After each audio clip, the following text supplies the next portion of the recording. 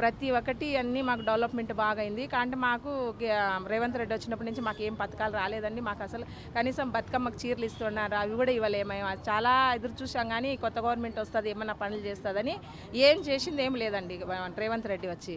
కాకపోతే కేసీఆర్ ఉన్నప్పుడు మాకు కన్న తండ్రిలాగా మంచిగా చేశాడు. చీరలు కానీ, మళ్ళీ మాకు రంజాన్ వస్తే రంజాన్ తోఫా కానీ, షాదీ ముబారక్ కానీ, ఇలాంటివి పేదవాళ్ళకి మళ్ళీ మాకు మైనార్టీ లోన్స్ కానీ చాలా చాలా చేశారండి. మాకు అది చాలా అసలు మర్చిపోలేకనే ఉన్నాము. అప్పుడు ఇంత మంచిగా చేసిన కేసీఆర్ మరి ఎందుకు రాలేదు అని బాధపడుతున్నామండి. ఉప ఎన్నిక వస్తే కంపల్సరీ మాగంటి సునీతనే గెలుస్తారు. ఎందుకంటే మాకు ఎమ్మెల్యే సాబ్ ఎట్లా చేశాడంటే, మాకు ప్రతి గల్లీకి ఇంటికి వచ్చి అమ్మ మీకు ఏం ప్రాబ్లం ఉంది ఏందని అడిగి, గోపీనాథ్ అంటే అర్ధరాత్రి అన్న ఇట్లా మాకు ప్రాబ్లం ఉందంటే అన్నలాగా వచ్చి ఎప్పుడు ఆయన ఎమ్మెల్యేలాగా లేడండి, ఒక మాకు ఇంటి పెద్ద దిక్కులాగా వచ్చి చూశాడండి.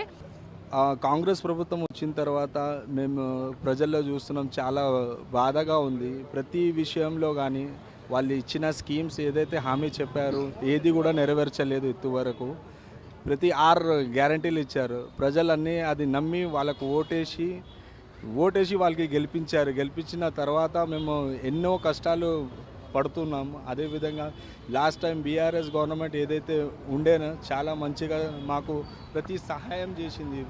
షాదీ ముబారక్ కానివ్వండి, ఇంకోటి పెన్షన్ విషయంలో కానివ్వండి, సో పండుగలకు చీరలు కానివ్వండి, ప్రతిదీ చాలా మంచిగా మాకు బీఆర్ఎస్ పార్టీ నుంచి బీఆర్ఎస్ పార్టీ వాళ్ళు చాలా స్పందించి ప్రతి ప్రజల సమస్యలంతా పరిష్కరించి ప్రతి సమస్యను వాళ్ళు మంచిగా చేసి ఉన్నారు. అదేవిధంగా Maganti Gopinath Jubilee hills MLA గారు చాలా మంచిగా స్పందించి ప్రతి ఒక్క మనిషికి కావాల్సిన ప్రతి అవసరతలను అతని దగ్గరకు వెళ్తే ప్రతిదీ తీర్చేవాడు.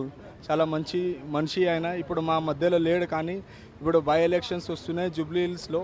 మళ్ళీ వాళ్ళ మిస్సెస్ను నిలబడి మేము ఆమెని గెలిపించుకోవాలని చెప్పి మేము ఆశిస్తున్నాం.